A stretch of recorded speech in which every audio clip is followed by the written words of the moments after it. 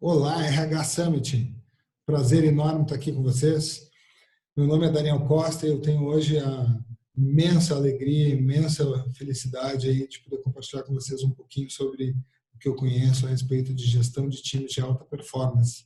Essa que é uma grande preocupação aí dos gestores das nossas empresas e do RH, com absoluta certeza. Então, como o tempo é curto, vamos já para o conteúdo.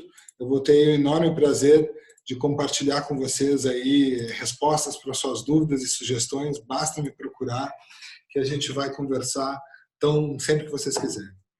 Então vamos lá, vamos falar um pouquinho aí sobre esses times de alta performance, quais são as grandes barreiras aí, as dificuldades para que a gente consiga realmente atingir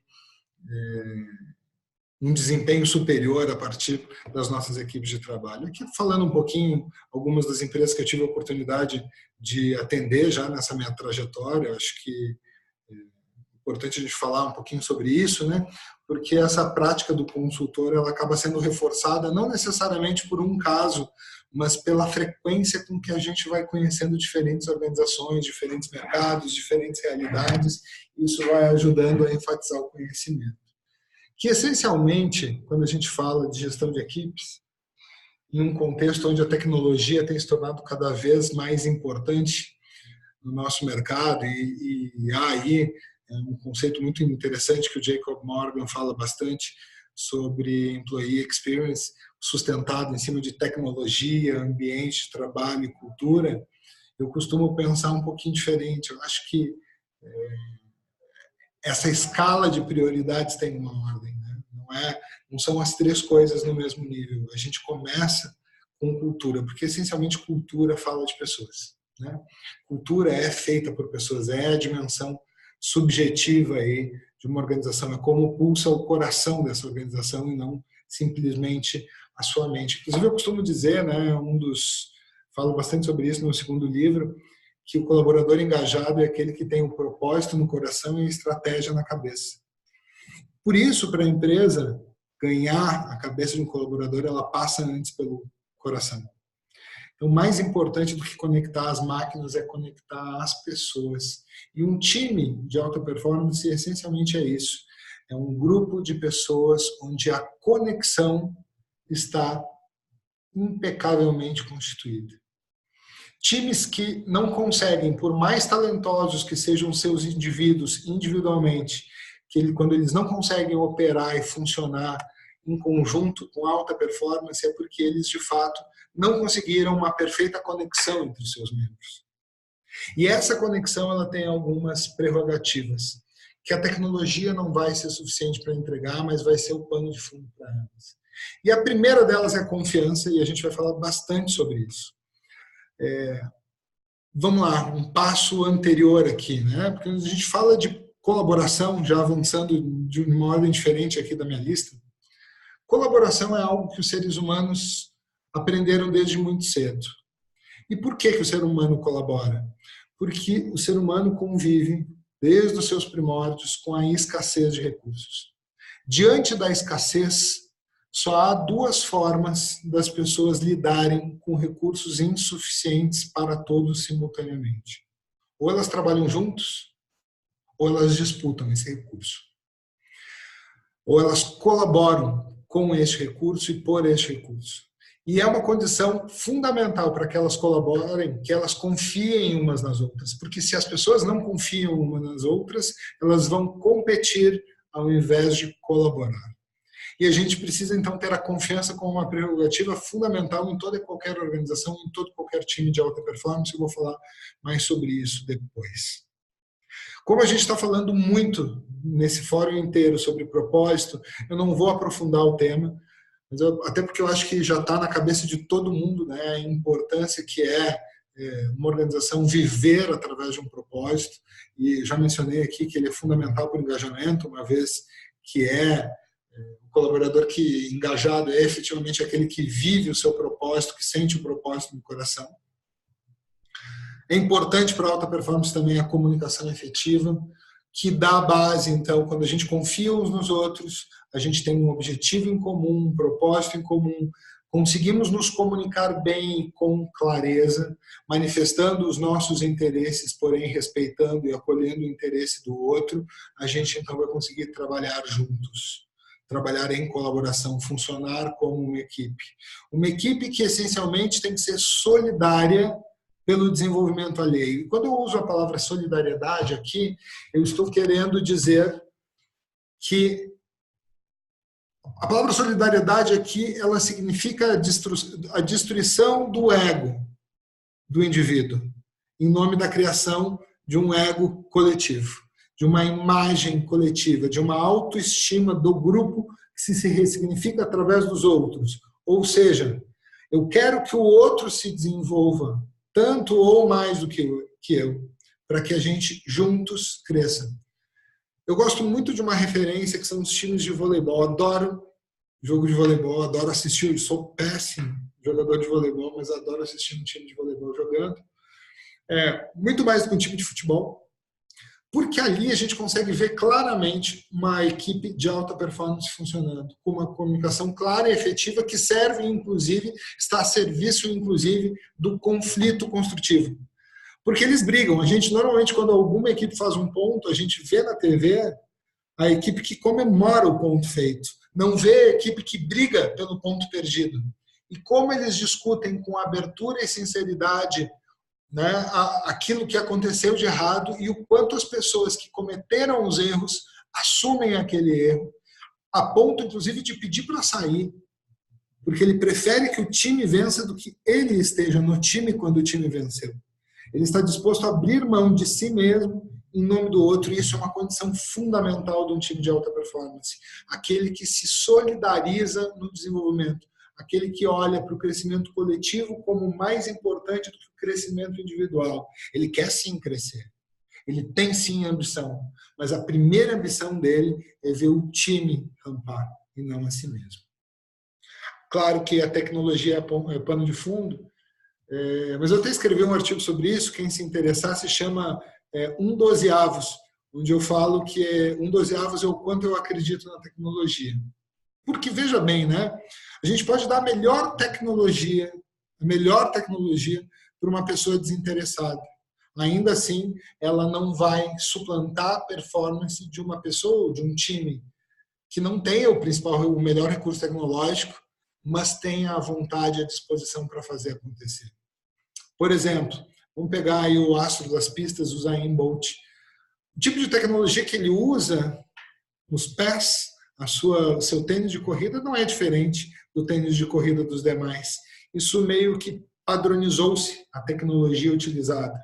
Talvez se ele usasse um Quixote, que é o tênis lá da minha época, ele não fosse o primeiro a chegar. Mas se todos usassem a mesma tecnologia que ele certamente chegaria. Então a tecnologia de alguma maneira nivela, é pré-requisito, mas o que essencialmente destaca para a alta performance é a forma como a gente utiliza essa tecnologia a partir do desejo, do ímpeto das pessoas de fazer a diferença.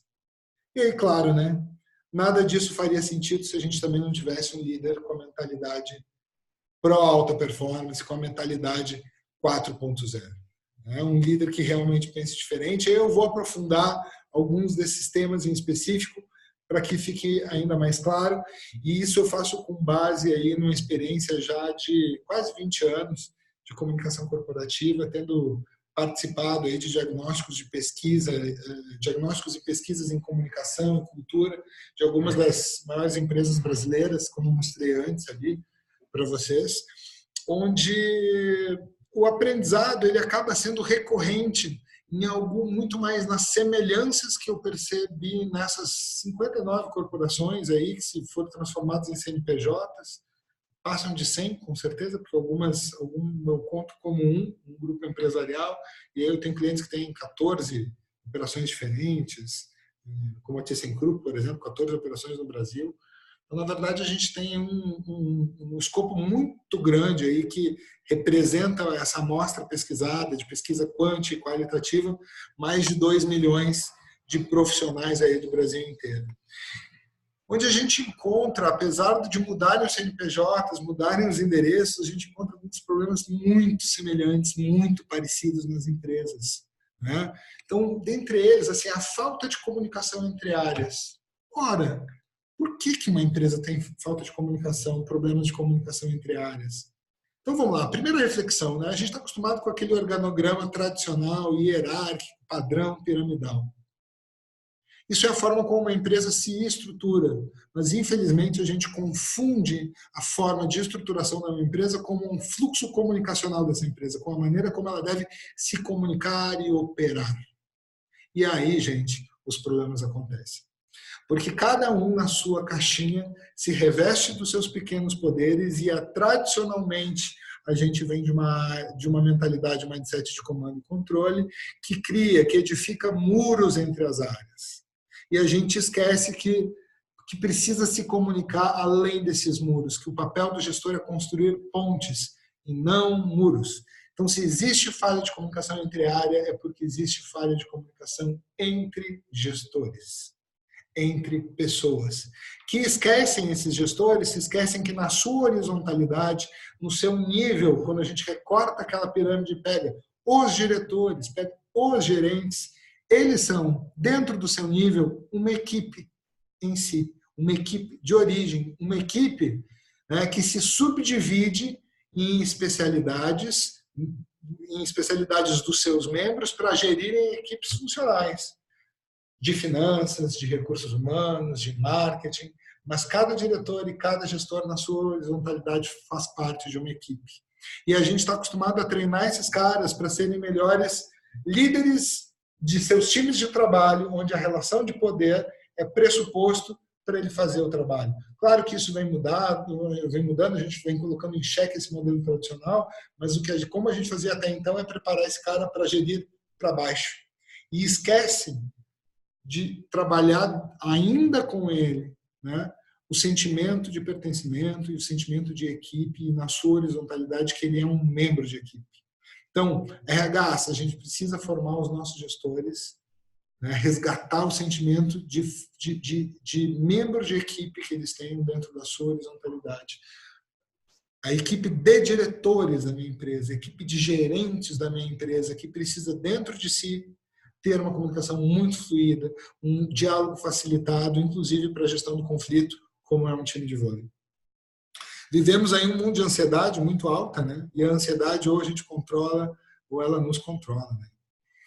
As pessoas querem tudo para ontem, de um jeito muito vigoroso, de uma cobrança muito vigorosa, muito rápida. Isso muitas vezes acaba sendo contraproducente da produtividade, porque assim, imaginem um gráfico onde eu vou ter produtividade versus pressão. À medida que eu vou pressionando, zero pressão, zero produtividade. E à medida que eu vou pressionando a equipe, eu vou aumentando essa produtividade. Mas esse gráfico tem um vértice. A partir de um determinado ponto, quanto mais eu pressionar as pessoas, ao invés de incrementar a produtividade, eu vou decair. Esse gráfico vai ter um coeficiente angular negativo. Então, a ansiedade é quando a gente começou a ser contraproducente pelo nível de pressão. Isso prejudica a comunicação como um todo, ajuda as pessoas a competirem mais do que colaborarem, faz com que as pessoas não tenham tempo umas para as outras, principalmente os gestores, que acabam passando aí 70%, 80% do seu tempo, muitas vezes em reuniões, e acabam tendo pouco tempo para suas equipes, fazendo com que os colaboradores não se sintam ouvidos, e olha que importante isso, quem não se sente ouvido não se sente visto, não se sente parte, não se sente membro. Então, se eu não tenho tempo para a equipe, ela jamais será uma equipe de alta performance. A gente precisa olhar muito para isso. Os gestores têm trabalhado cada vez mais para cima, para os seus próprios chefes, para os seus próprios pares, e têm trabalhado e ficado pouco tempo com as suas equipes, participando dos processos construtivos e dos processos funcionais com as suas equipes. Há muito protocolo nas organizações.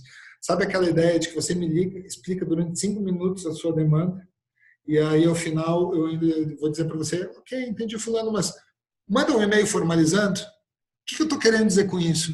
Senão a transmissão de uma mensagem que é subliminar, que é inconsciente, que já entrou ali naquele conceito de normose, mas eu estou dizendo, eu não confio em você. Manda um e-mail, porque se der algum problema eu tenho como me proteger.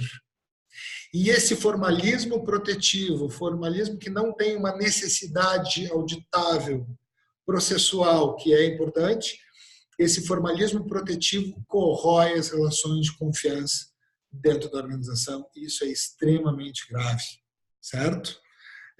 Outra coisa, e-mails e reuniões, né? O tempo em e-mails e reuniões consome mais da metade. Pensa assim, não sei quantos e-mails vocês recebem em média por dia, mas vamos lá, uma pessoa que receba 100 e-mails por dia, isso eu posso dizer para você seguramente que está muito dentro da média. Eu acho que o e-mail vai acabar morrendo, mas ainda não morreu. Por enquanto, seria justo dizer que as pessoas recebam 100 e-mails por dia em média, e vamos supor que elas tenham que responder metade desses e-mails, responder 50.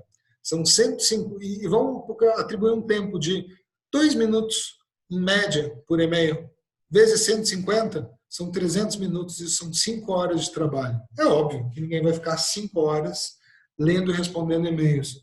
Mas pensa comigo, esse volume todo de comunicação foi depositado na sua caixa de mensagens. Foi depositado na sua caixa de entrada, foi gerado de alguma maneira. Não só na sua, mas de vários outros colegas.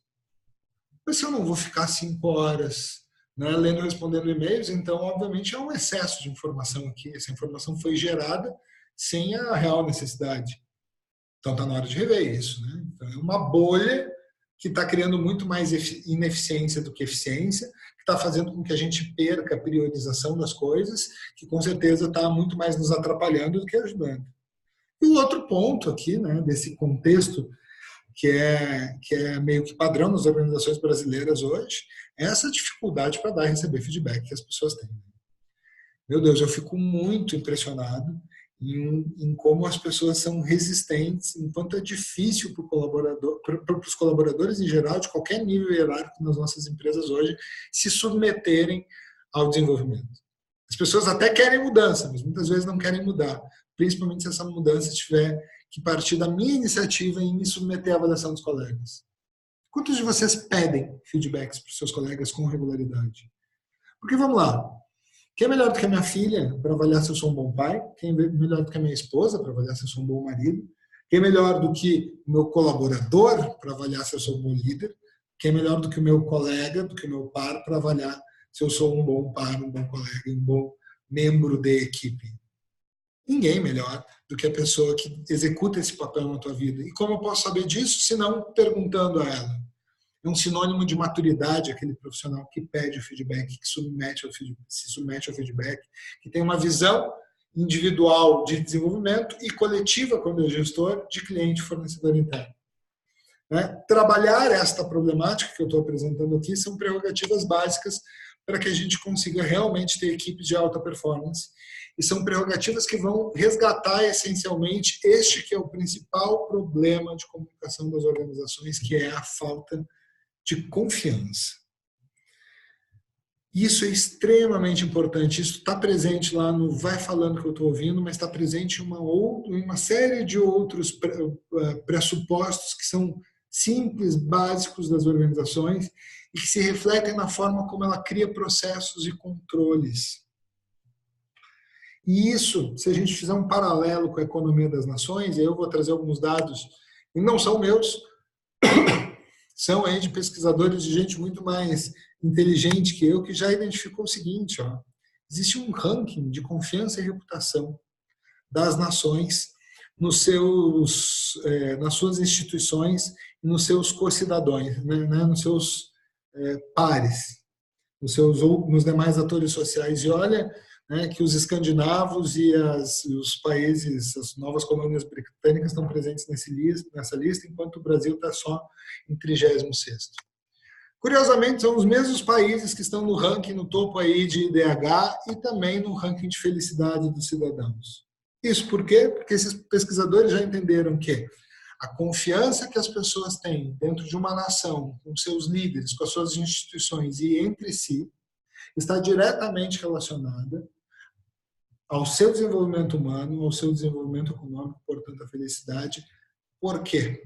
Porque quando há mais confiança, gente, existe uma predisposição das pessoas a terem menos regras, menos processos, menos burocracia.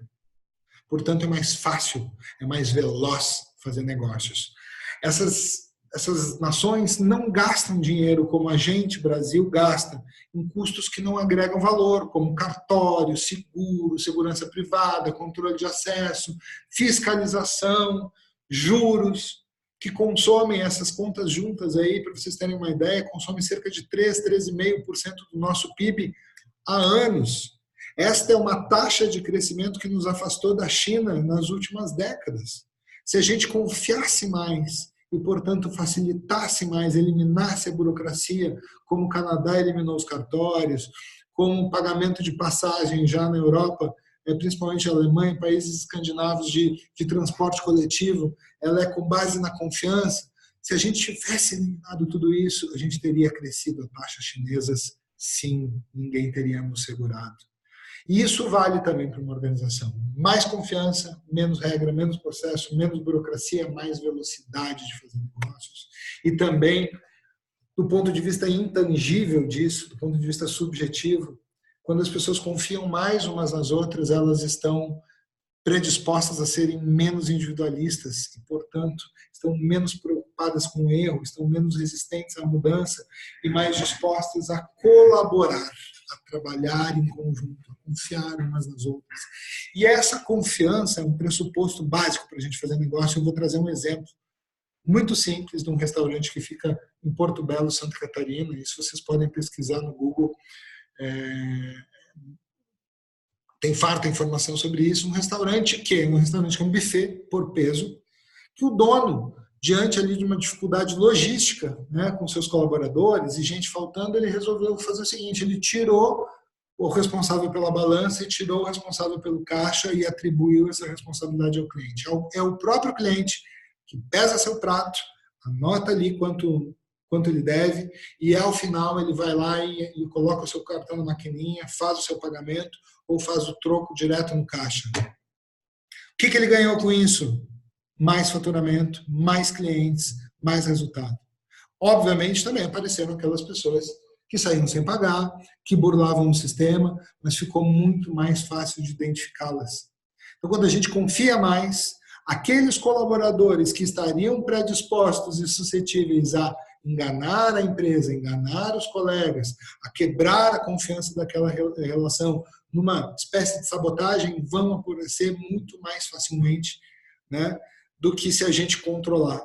Porque se ele só não faz, se ele só não comete o erro pelo medo do controle, então ele não merece compartilhar, né, dessa mesma organização. A gente precisa facilitar que estas pessoas apareçam.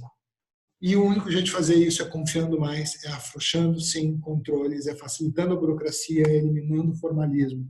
E aí, gente, a gente vai conseguir mudar de nível de organização. Outro ponto de construção de confiança que é extremamente relevante. As pessoas estão ansiosas demais por se sentirem ouvidas nas organizações. Não só os gestores têm pouco tempo para ouvi-las, como a gente, muitas vezes, quando pensa em comunicação interna, acaba pensando nos canais que falam e pouco pensa-se nos canais que ouvem. E está na hora da gente ouvir cada vez mais as pessoas, porque só ouvindo o colaborador, ele também ouve a empresa e o gestor. Somente criando esse vínculo, essa ponte, a melhor forma de criar uma ponte e relacionamento é ouvir o outro, para que ele guarde, para que ele ouça e retenha mais informações de quem está sendo ouvido. E também, gente, a gente precisa cada vez mais lidar com a verdade. As pessoas estão famintas pela verdade.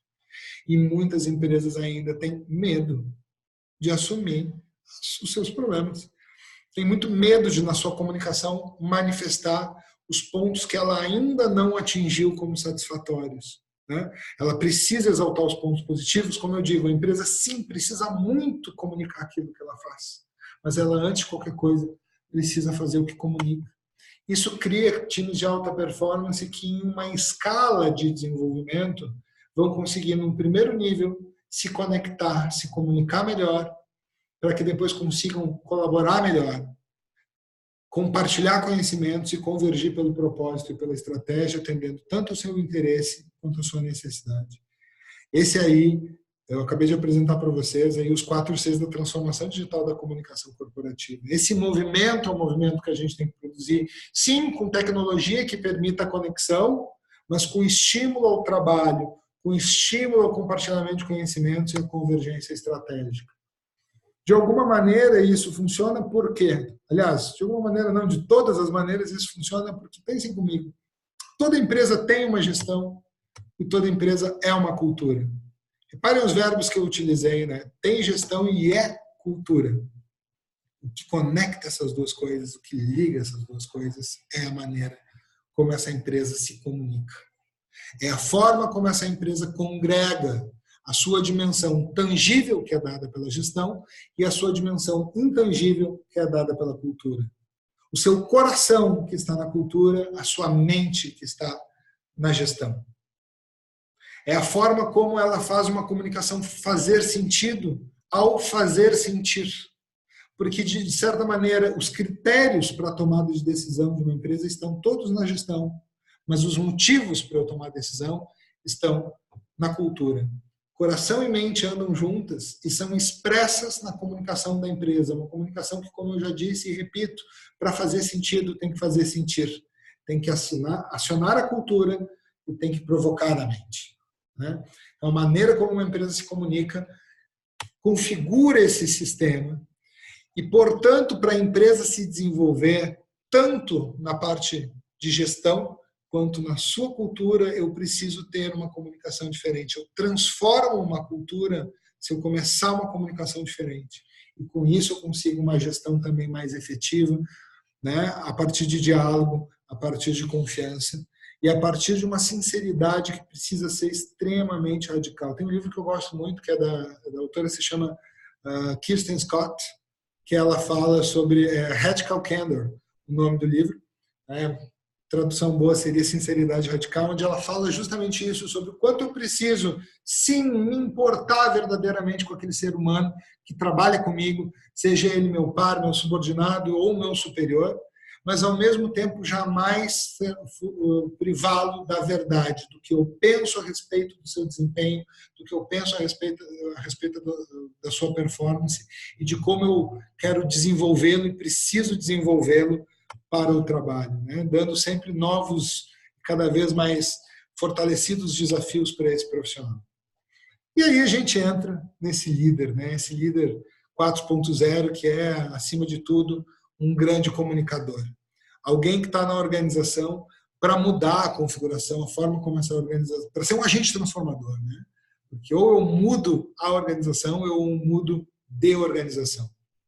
E esse líder, ele vai ter um novo papel num contexto em que, sim, do ponto de vista tecnológico, pressupõe a existência de redes de trabalho colaborativo, de plataformas que facilitem a comunicação e o relacionamento, que facilitem o trabalho de um jeito diferente, que tenha a gestão do conhecimento, que promovam serviços às pessoas, mas essencialmente que tenham como executor um líder que execute 6 grandes atribuições que faça acontecer o seu papel como comunicador a partir de 6 grandes comportamentos. Primeiro, a escuta. Ele precisa saber ouvir as pessoas. Como eu falei para vocês, isso é uma relação de reciprocidade. Quanto mais eu ouço o meu colaborador, mais ele ouve a empresa. E é curioso, assim, eu não estou falando sobre isso, mas eu tenho uma fórmula do diagnóstico de comunicação que diz o seguinte, que a efetividade da comunicação interna de uma empresa, ou o seu ECI, efetividade da comunicação interna, ele é igual a uma função da credibilidade pela simetria sobre 1 menos a retenção. Não quero cansar vocês com a estatística disso, mas retenção é o quanto o colaborador efetivamente guarda de informações que ele recebe pela empresa. E esse indicador tem uma correlação diretamente verificável com o quanto esse colaborador se sente ouvido pela empresa, que é um indicador de reciprocidade. Ou seja, quanto mais o colaborador se sente ouvido, mais ele ouve e retém informações da empresa, e sendo este, né, o divisor da nossa fórmula, quanto mais aumenta a retenção, mais aumenta o ECI. Em resumo, é o seguinte, né? As empresas que têm o ECI mais alto são também as empresas que têm a rentabilidade mais alta. Os 5 maiores ECIs na minha base de dados são também os 5 maiores EBITDAs. Então, se eu ouvir mais, aumenta a retenção e melhora o ECI. As empresas que têm o ECI mais alto são também empresas mais rentáveis. Logo, ouvir dá dinheiro. Então, esse gestor que melhor ouve é um gestor também que melhor produz produtividade.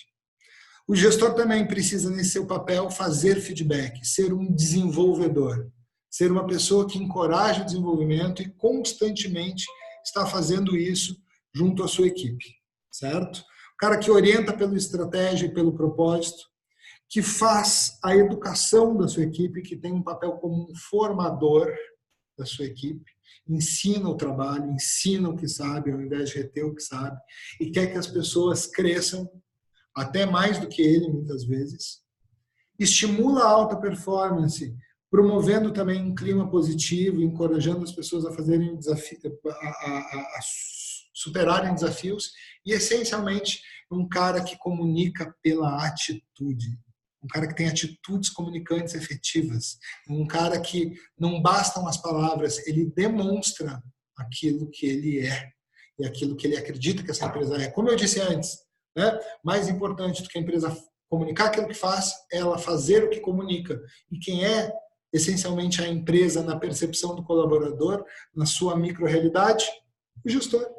Então, se esse gestor cumpre o que promete, faz aquilo que diz, tem essencialmente atitudes comunicantes coerentes com a verdade, ele necessariamente está criando toda a base necessária para que o meu employee experience seja efetivo. Porque não basta melhorar a tecnologia, não basta criar um ambiente colorido, plural, diferenciado, se eu não tiver realmente um gestor que esteja disposto a fazer diferente. Um gestor que esteja disposto a pensar esse negócio de dentro para fora, entendendo que o cliente vem em segundo lugar. Eu proporciono ao meu colaborador a experiência que eu desejo que ele proporcione ao meu cliente lá fora, e ele faz o resto. Trato ele do jeito que ele merece ser tratado, e ele fará isso pelo meu cliente.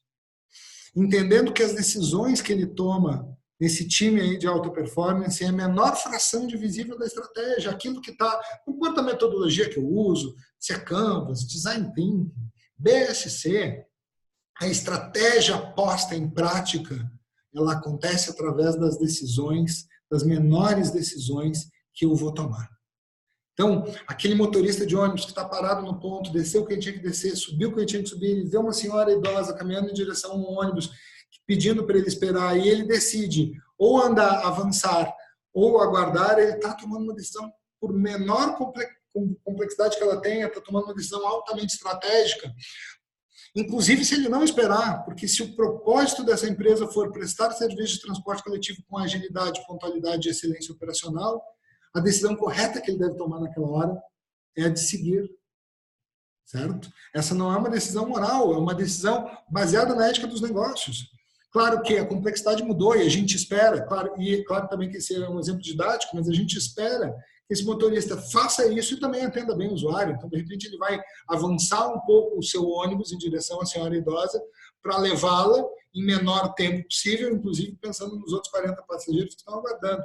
Mas o exemplo aqui, principalmente, tem foco em demonstrar o quanto essa decisão correta que as pessoas tomam é uma fração divisível da estratégia e eu preciso cuidar desta decisão de um colaborador engajado dentro de uma equipe de alta performance. Também sempre oferecendo para as pessoas uma perspectiva de futuro, gente, porque, de fato, se as pessoas não conseguem ver a empresa no futuro, elas não se veem nesta empresa no futuro delas. E se eu não me vejo no futuro da empresa, por que eu vou ter alta performance no presente? Isso é uma impossibilidade. Eu só vou aferir a minha alta performance hoje se eu tiver uma perspectiva de estar aqui amanhã. Claro. Isso faz todo sentido. E para fechar aí, como eu disse, o nosso tempo é curto, eu falaria muito mais com vocês, um prazer enorme. Eu vou reforçar essa mensagem importante aí para times de alta performance. Eu só vou ter um time de alta performance se eu tiver na minha empresa realmente uma comunicação consistente, coerente, que crie confiança e que promova a convergência estratégica. Um monte de Cs, é verdade, mas isso começa principalmente pela noção de que mais importante do que comunicar aquilo que a empresa faz é fazer o que ela comunica. A minha mensagem para vocês é essa. Eu espero tê-los atendido aí nas suas demandas. Então, aqui os meus contatos, fiquem muito à vontade para me procurar. Eu tive o maior prazer aí de estar com vocês nesse evento e espero que a gente possa se ver muito em breve. Pessoal, muito obrigado, um grande abraço para vocês e até breve.